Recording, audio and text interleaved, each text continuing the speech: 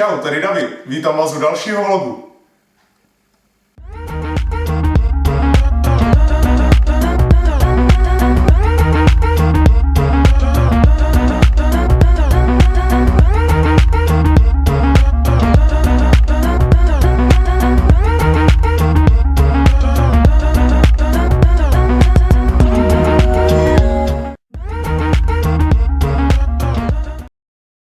Taky nemáte čas chodit na party, protože se večer musíte hodně učit? Ztrácíte tím kamarády? Mám pro vás skvělé řešení. Pojďte s námi na brunch party!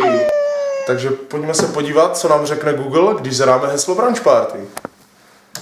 Brunch party...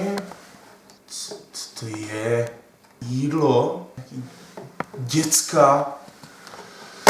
No, takže Google nám fakt neporadil, tak půjdeme se podívat do brněnský Hulí a zkusíme najít pořádnou brunch party. Tak ale před každou brunch party se musím řádně připravit, což čítá 4 věci. Vymočit se, rozstřídit si ponožky, najít trasu na brunch party a doplnit tekutiny. Lemon.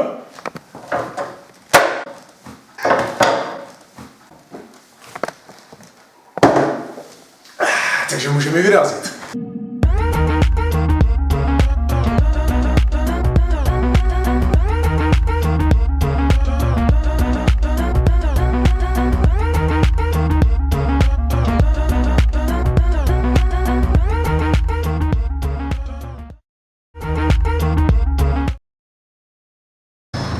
Takže dneska bych vám chtěl tady představit Staďu, říká se mu Stanley.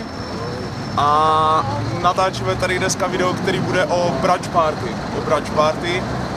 Dneska je krásný počasí, takže proč se nenapít, tak jenom po rádu.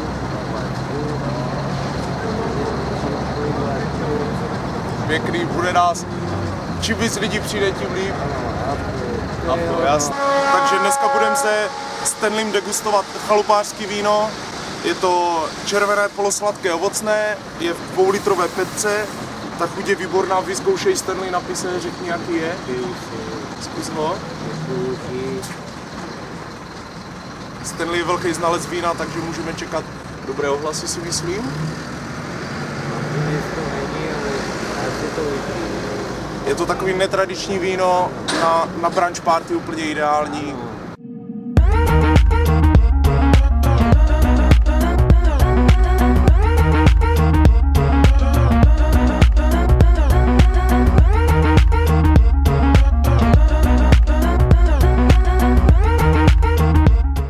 A nyní si uděláme se Stanleym quiz. Bude to quiz o Davidovu zavařeninu. Jak se ti líbí Stanley hlavní cena? Já si myslím, že perfektně. To je první cena, je to dobré. Jasné, tohle je první cena. Položím Stanleymu 3 otázky a uvidíme, jak si povede. Stanley, v kolik odbíjí půlnoc? Půlnoc odbíjí tak ve 12 večer.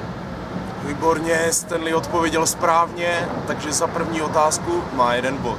A přejdeme k druhé otázce. Kolik lidí potřebujeme na to, abychom složili lidskou pyramidu? Lidskou pyramidu, to je strašně velká otázka. Pyramida je tak, že to je 8. Výborně, Stanley má hodně hluboké znalosti, správná odpověď. Druhá otázka správně zodpovězená. Tak Stanley, a přecházíme k poslední, 3. otázce. Soustřeď se, bude hodně složitá. Kolik lidí polského původu s černými vlasy žije v Ugandě? V Ugandě černými vlasy. Co myslíš, Stanley? Tam jsou všichni borďáci. Borďáci jsou gol.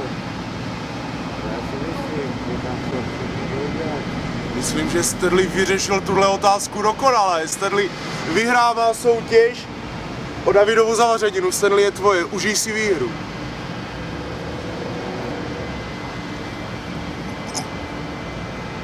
Takže tohle by bylo pro dnešek všechno. Já bych chtěl Stanleymu poděkovat za účast v mém dalším vlogu, za to, že uspořádal brunch party. Děkuji za perfektní posezení, za výbornou spolupráci a snad se ještě někdy uvidíme. Děkuji, Stanley. Děkuji.